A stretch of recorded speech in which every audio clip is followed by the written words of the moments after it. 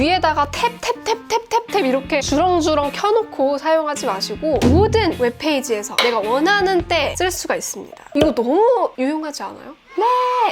맞습니다. 네. 견디고 듣다 보면 늘어가는 테크 지식. 오케이. 안녕하세요, 주연입니다. 자, 여러분, 제가 오늘은 시작부터 맥북 속으로 들어와 있는데요. 그 이유는 바로 여러분께 맥북 꿀팁을 또 오랜만에 알려드리는 시간이기 때문입니다. 너무너무 유용하겠죠? 네! 그렇습니다. 자, 그러면 오늘도 유용한 맥북 꿀팁 배워가시기 바랍니다. 오늘 제가 준비한 주제는요, 알아두면 유용한 맥 사파리 확장 프로그램 추천입니다. 제가 준비한 건 총 4가지 확장 프로그램인데요. 하나하나 살펴봅시다. 렛츠고! 일단은 맥 환경에서 웹브라우저를 사파리 쓰시는 분들도 계실 거고 크롬이나 뭐 다른 것들을 사용하시는 분들도 계실 텐데 저 같은 경우는 기본적으로 사파리랑 크롬 이렇게 2가지를 사용하고 있습니다. 사파리에서 잘 안 되는 사이트들은 이제 크롬에서 사용을 하거나 이런 식으로 하고 있는데 여러분은 오늘 또 이 꿀팁들 알아가시면은 사파리를 또 활용해야겠다는 마음이 생기실 수도 있을 것 같아요. 자, 그러면 사파리 얘기를 해야 되니까 사파리를 켜볼게요. 일단 제가 첫 번째로 준비한 확장 프로그램은 바로 스펙타클이라는 프로그램인데요. 일종의 화면 분할 프로그램입니다. 검색창에 스펙타클 앱 .com 이렇게 적어주신 다음에 들어가 보시면 다운로드를 할 수 있는 홈페이지가 나옵니다. 이제 여러분은 제가 영상 설명란에다가 링크를 넣어둘 테니까 거기서 편하게 다운받으시길 바랍니다. 여기서 다운로드 스펙타클을 선택하시면 바로 이렇게 다운로드가 돼요. 사실 이 화면 분할 프로그램이라고 하면은 굳이 저런 걸 써야 되나? 그냥 이렇게 마우스로 크기 조절해가지고 이렇게 옮기고 또 하고 싶어도 뭐 이것도 그냥 이렇게 해서 옮기고 뭐 이렇게 하면 되는 거 아닌가? 라고 생각하실 수도 있고 또 기존의 윈도우에서 화면 오른쪽에 윈도우 배치 이렇게 해서 반반 뭐 나눠서 혹은 이렇게 크기를 조절해서 사용하는 방법 알고 계시는 분들 많을 거예요. 하지만 이 스펙타클 앱을 사용하면 단축키 같은 것도 이용할 수 있고 훨씬 편리하게 화면 분할을 할 수 있기 때문에 오늘 한번 꼭 배워가시기 바랍니다. 자, 이렇게 다운로드가 되면은 이 스펙타클 앱을 열어보세요. 그다음에 오픈 시스템 프리퍼런스 이 버튼을 눌러주시고 이제 이 스펙타클을 켜줘야 돼요. 그래서 자물쇠를 열고 인증을 하신 다음에 스펙타클 앱을 체크를 해주시고 다시 자물쇠를 잠가주면 이제 스펙타클을 사용할 수가 있게 됩니다. 이 스펙타클이 실행이 되는지는 위에 상단 바에서 이렇게 안경 모양으로 되어 있는 거를 보실 수가 있고 이게 켜져 있으면 스펙타클이 실행 중입니다. 자, 이제 이걸 어떻게 쓸 수 있냐면요. 단축키를 기억을 해두시면 되는데요. 이 현재 창이 선택된 상태에서 옵션, 커맨드, 방향키를 누르시면 이렇게 왼쪽 오른쪽 왔다 갔다 하면서 위치를 바꿀 수가 있습니다. 마찬가지로 위아래로도 이렇게 옮길 수가 있어요. 그래서 화면을 이분할하면서 왔다 갔다 할 수가 있고 기존의 윈도우 왼쪽의 배치를 선택하면 얘가 왼쪽에 꽉 차고 다른 한쪽에 어떤 것을 꽉 채워 넣을지 이렇게 선택을 할 수 있는 거잖아요. 그런데 이 스펙타클 앱은 차이점이 한쪽에 얘를 갖다 놓을 수가 있고 다른 쪽 화면은 더 자유롭게 사용을 할 수 있다는 게 바로 장점입니다. 그러니까 딱 반반만 나눠서 쓰는 게 아니고 한쪽에 내가 원하는 창을 띄워놓고 다른 쪽에는 막 2-3개씩 띄워놓을 수 있는 이런 장점이 있는 거죠. 그래서 좀 더 큰 모니터에서 사용하실 때 오히려 더 유용하게 사용할 수가 있는 거죠. 그리고 화면 크기 조정도 가능합니다. 옵션 커맨드 누르고 방향키를 한 번에 2번을 눌러요. 그러면 이렇게 작아졌다가 커졌다가 작아졌다가 커졌다가 이렇게 크기도 조절을 할 수가 있습니다. 왼쪽으로 갔다가 작아졌다 커졌다가 위로 갔다가 작아졌다 커졌다가 아래로 갔다가 작아졌다 커졌다가 근데 이 작아졌다 커졌다가 하는 크기는 3단계로 정해져 있어요. 1단계, 2단계, 3단계. 그리고 컨트롤, 커맨드, 방향키를 누르면 4분할로도 할 수가 있습니다. 여기서도 마찬가지로 방향키를 2번 누르면 더 작게 더 크게 4분의 1 이런 식으로도 할 수가 있죠. 그래서 이 스펙타클을 활용하면 이 단축키로 굉장히 빠르게 그리고 화면 분할을 했을 때도 더 깔끔하게 다양한 크기로 활용을 할 수가 있더라고요. 자, 2번째로 알려드릴 확장 프로그램은 바로 세이브 더 포켓이라고 하는 일종의 웹페이지 스크랩용 확장 프로그램입니다. 요거는 홈페이지에서 다운받는 게 아니라 앱스토어에서 받으실 수가 있어요. 검색창에 세이브 더 포켓 자, 요거를 받으시면 됩니다. Save to Pocket. Save to Pocket입니다. Save to Pocket. 근데 평점이 엄청 높다. 자, 열기 눌러주시면은 사파리 환경 설정에서 포켓 옆에 있는 상자에 선택 표시하십시오. 뭐 이런 식으로 나와 있어요. 이게 무슨 말이냐면요. 사파리를 여시고 도구창에서 환경 설정을 여신 다음에 이 중에서 확장 프로그램 요거를 선택하세요. 여기서 Save to Pocket이라는 게 있습니다. 요거를 켜기 해주시면 이제 Save to Pocket을 사용할 수가 있게 되는데요. 자, 그러면은 뭐가 바뀌냐면요. 화면에 지금 이 상단 도구창에 요런 모양의 아이콘이 생길 겁니다. 이제 약간 주머니처럼 생겼죠? 이게 바로 Save to Pocket 버튼인데요. 요거를 어떻게 활용을 하는 거냐면요. 아까 스크랩하는 거라고 말씀드렸잖아요. 웹페이지를 막 탐방하다 보면은 기사라든가 내가 원하는 정보라든가 사고 싶은 물건들, 다시 보고 싶은 영상들 이런 것들 되게 많잖아요. 저도 막 웹서핑을 하다 보면은 위에 탭이 엄청 많아져요. 왜냐면 요걸 닫았다가는 또 다시 찾을 수 있을까 걱정도 되고 또 잊어버릴 것 같아서 자꾸 탭에다 그냥 켜놓는 거예요. 아니면 북마크에 계속 추가를 하던가. 자, 그렇게 됐을 경우에 나중에 북마크 지저분해지고 탭은 계속 쌓여가고 닫지는 못하고 이런 분들 되게 많으시죠? 그럴 때 사용할 수 있는 기능입니다. 예를 들어서 맥북 단축키 이렇게 검색했을 때 나오는 이 페이지를 스크랩을 하고 싶어요. 그러면 위에 있는 요 포켓 모양을 눌러주세요. 자, 지금 처음 실행하는 거라서 로그인을 해야 되는데요. 여기에 이름, 이메일, 암호 이렇게 해서 등록을 할 수도 있고요. 아니면 여러분이 이미 사용하고 계신 아이디로 로그인을 하실 수도 있습니다. 로그인을 하고 나면은 이제 포켓 사이트에 들어와 있는 거예요. 이게 내가 갖고 있는 Save to Pocket의 나의 어떤 홈페이지라고 생각하시면 됩니다. 그래서 여기에 My List라고 해서 내가 앞으로 포켓에 담아놓는 것들 리스트가 여기에 생길 거고요. 그리고 이 필터 부분을 잘 보시면 좋은데 아카이브, 페이보릿, 하이라이트, articles, videos 해가지고 내가 모아놓고 싶은 것들을 항목별로 정리해서 넣어놓을 수가 있어요. 그리고 태그도 달아놓을 수가 있습니다. 자, 그러면 한번 다시 이 페이지를 가서 내 포켓에 넣어볼게요. 포켓 버튼을 누르시면 페이지가 저장되었습니다 하면서 이런 안내창이 떠요. 여기에 이제 태그로 뭐 맥북, 꿀팁 하고 마이 포켓으로 가보면 보세요. 내가 등록한 페이지가 이렇게 마이 리스트에 들어와 있죠. 여기서 아카이브 폴더에 넣을지, 페이보릿 폴더에 넣을지, 혹은 다른 태그를 추가할지, 다른 데로 공유를 할지 이렇게 소셜미디어로도 공유할 수 있고 링크로도 공유할 수 있고 이런 식으로 바로바로 공유도 됩니다. 그래서 아카이브 폴더로 선택을 하면 이 필터에서 아카이브 폴더로 들어가는 거예요. 이런 식으로 사용을 할 수가 있고 또 다른 페이지로 또 가서 뭐 요것도 넣고 싶다. 그러면 포켓 버튼을 누르고 여기에도 맥 활용법 이런 식으로 해서 태그를 달아놓으면 내가 해놓은 태그들을 볼 수 있고 이런 태그별로도 확인을 할 수가 있는 겁니다. 이제 이게 페이지만 되는 게 아니라 뭐 영상도 다 넣을 수가 있고 글도 넣을 수가 있고 그래서 앞으로는 여러분이 위에다가 탭 이렇게 주렁주렁 켜놓고 사용하지 마시고 나중에 다시 꺼내서 보고 싶다. 혹은 내가 뭔가 자료를 모으는 중이다. 그러면은 뭐 예를 들어서 뉴스 취재와 보도, 과제 이런 식으로 태그를 달아서 계속 쫙쫙쫙 거기다가 필요한 자료들을 스크랩을 해두면 이 웹페이지들을 한 번에 그 태그를 선택해서 다 볼 수가 있겠죠? 이런 식으로 또 깔끔하게 활용을 해보시면 좋을 것 같습니다. 그리고 이게 또 보니까 Save to Pocket은 아이폰에서도 쓸 수가 있더라고요. 그래서 PC에서 저장해 놓은 거를 아이폰에서도 바로 볼 수 있고 아이패드에서도 볼 수 있고 이런데요. Save to Pocket이라고 해서 이렇게 앱스토어에 검색을 해보시면 아이폰용 앱스토어에서는 포켓이라는 이름으로 나오더라고요. 그래서 Save to Pocket이 아니라 그냥 포켓으로 검색하면 더 빠르게 찾으실 수가 있습니다. 여기 보시면 아이폰, 아이패드용으로도 다 쓸 수 있다고 나와 있죠. 그래서 여기서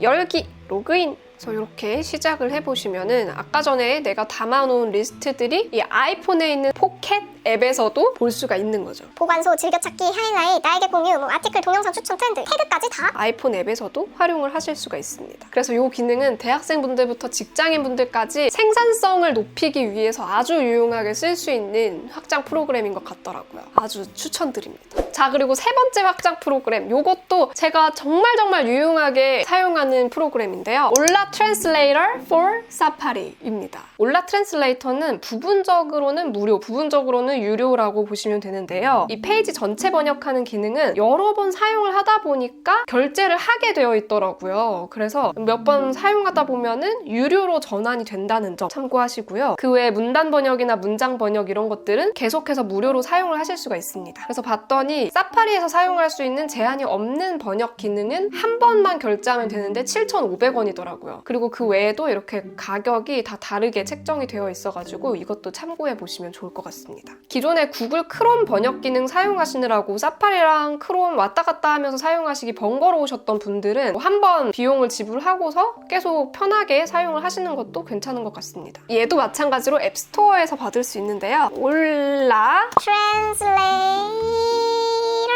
for Safari. 요거를 클라우드에서 다운로드 선택하시고 받아볼게요. 요거는 뭐냐면요, 이름처럼 트랜슬레이터 기능이 있는 건데요. 정말 다양한 언어로 번역을 할 수가 있고요. 웹페이지를 통째로 번역을 해주는 기능입니다. 사실은 저는 요거를 알기 전까지는 그냥 구글 크롬에서 웹페이지 번역 기능 있는 거 아시죠? 그래서 저는 사파리에서 웹서핑을 하다가 번역하고 싶은 페이지가 나오면은 링크를 긁어서 크롬에 다시 붙여서 크롬에서 번역을 해서 보고 막 이랬었는데, 제가 요걸 사용하면 그렇게 번거롭게 크롬과 사파리를 왔다 갔다 할 필요가 없다는 거죠. 자, 여기 보시면은 사파리 화면에 새로운 사파리 확장 프로그램 사용 가능 이렇게 되어 있죠. 얘는 친절하게 루트를 다 보여주더라고요. 확장 프로그램 보기 눌러서 올라 트랜스레이터 for 사파리를 선택하고 켜주시면 됩니다. 만약에 위에 나왔던 버튼을 잃어버렸거나 혹은 닫아버렸다 이러실 때는 그냥 사파리 환경 설정 확장 프로그램 들어가셔서 올라 트랜스레이터 for 사파리 체크를 해주시면 사용을 하실 수가 있어요. 활성화가 돼 있는 거를 어떻게 할 수 있냐면요, 마찬가지로 위에 호 하는 모양이 생겨 있을 겁니다. 자, 요걸로 사용을 할 수가 있는 거고요. 영어로 된 페이지를 한번 들어가 볼게요. 요 도구창에 보시면 아까 포켓 버튼 옆에 올라 트랜슬레이터 해가지고 버튼이 하나 또 생겨 있죠. 요거를 눌러서 보시면 내가 어떤 언어로 번역을 할 건지 요거를 또 선택을 할 수가 있습니다. 우리는 또 코리안으로 번역을 할 거잖아요. 코리안 선택해주고 트랜슬레이트 페이지 선택하면 보세요. 순식간에 이렇게 전체 페이지가 번역이 됩니다.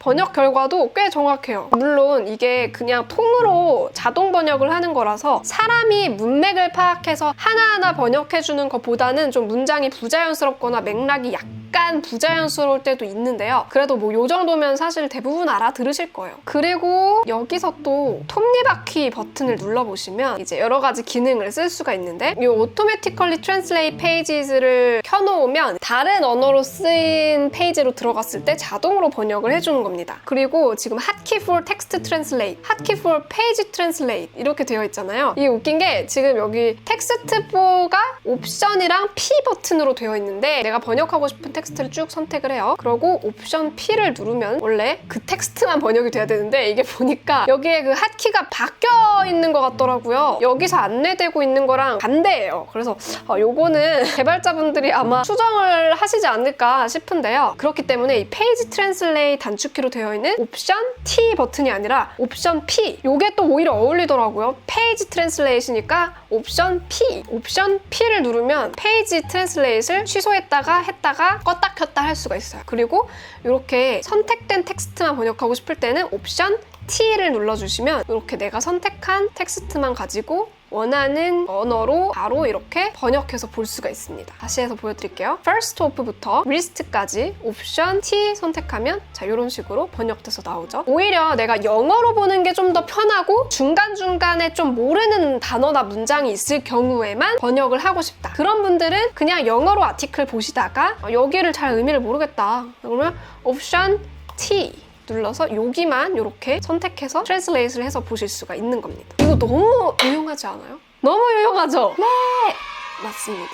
네. 자, 그리고 마지막으로 보여드릴 확장 프로그램은 다크 모드를 사파리 어느 웹페이지에서든지 바로바로 적용시켜주는 확장 프로그램입니다. 근데 요거는 유료예요. 유료. 다크모드 좋아하시는 분들 많을 거예요. 어두운 곳에서 작업을 해야 되거나 그럴 때, 혹은 전력 사용량을 좀 줄이기 위해서, 혹은 그냥 나는 어두운 모드가 좋다, 개인적인 취향에 의해서나 다크모드를 좋아하시는 분들 많을 텐데, 이게 다크모드가 적용이 되는 웹페이지가 있고 안 되는 웹페이지가 원래는 있잖아요. 근데 이 확장 프로그램을 쓰시면은 모든 웹페이지에서 다크모드를 내가 원하는 때 쓸 수가 있습니다. 바로 다크모드 for Safari 라는 프로그램이고요. 요거를 받으시면 됩니다. 근데 저는 유료 결제를 이미 해놓은 상태라서 그냥 내려받기만 하면 되는데 가격은 3,900원이에요. 근데 이게 뭐 다달이 결제하는 게 아니라 한 번 결제하면 쭉 쓸 수 있는 거라서 그냥 3,900원짜리 뭐 커피 한 잔 마셨다 생각하시고 사용하셔도 괜찮을 것 같습니다. 자, 이렇게 열기해서 선택해서 보시면은 사파리 환경 설정에서도 확장 프로그램으로 가셔서 다크 모드 요거를 또 켜주시면 바로 사용을 하실 수가 있고요. 어때요? 바로 이렇게 적용이 되죠? 신기하죠? 바로 이렇게 화면이 까맣게 적용이 됩니다. 근데 지금 너무 화면이 까맣다. 나는 너무 그 흰 글씨와 까만 글씨의 대조가 너무 심해서 오히려 불편하다 하시는 분들은 이 도구창에 다크 모드 버튼 또 있어요. 요거를 눌러서 여러 가지 또 설정을 할 수가 있습니다. Turn on, 지금 켤 것이다. 지금 끌 것이다. 혹은 when macOS 다크 모드 is on 해서 macOS에서 다크 모드를 켜줄 때 자동으로 얘도 실행되게 할 것이다. 이런 식으로 설정을 할 수도 있고요. scheduled 해가지고 내가 원하는 스케줄대로 오후 뭐 몇 시에 이후부터 오전 몇 시까지는 다크 모드를 켤 것이다. 이런 식으로 미리 세팅을 해놓고 사용을 하실 수도 있습니다. 지금은 turn on으로 해놓고 설정을 해볼게요. 다크로 되어 있잖아요. 지금 이 다크는 블랙, 화이트 이렇게 대조가 되고요. 소프트 다크로 하면은 진한 그레이 색상으로 이렇게 바뀝니다. 그리고 이 잉크 해서 흑백으로도 볼 수 있고 다크 이 잉크 해서 또 흑백 어두운 모드로도 볼 수 있고 다크 커튼 해가지고 위에다가 이렇게 회색 레이어를 씌운 것처럼 보실 수도 있습니다. 저는 개인적으로 그냥 다크를 좋아해서. 자, 유튜브로 갔을 때도 turn on 하면 이렇게 다크 모드로 바로 볼 수가 있고요. 또 다른 데도 가볼게요. 뭐 네이버도 이렇게 다크 모드가 쫙 적용이 돼서 볼 수 있고 또 어디 가볼까? 뭐 구글 어때요? 구글도 다크로 볼 수 있고 애플도 다크 모드로 당연히 볼 수가 있습니다. 요거는 이런 식으로 되어 있는 거는 이미지로 되어 있는 부분이라서 바뀌지 않지만 요런 고객 지원 페이지 이런 데서는 다 다크 모드로 보실 수가 있죠. 자, 이런 식으로 해서 온갖 사이트에서 다 다크 모드를 만들어서 보실 수가 있습니다.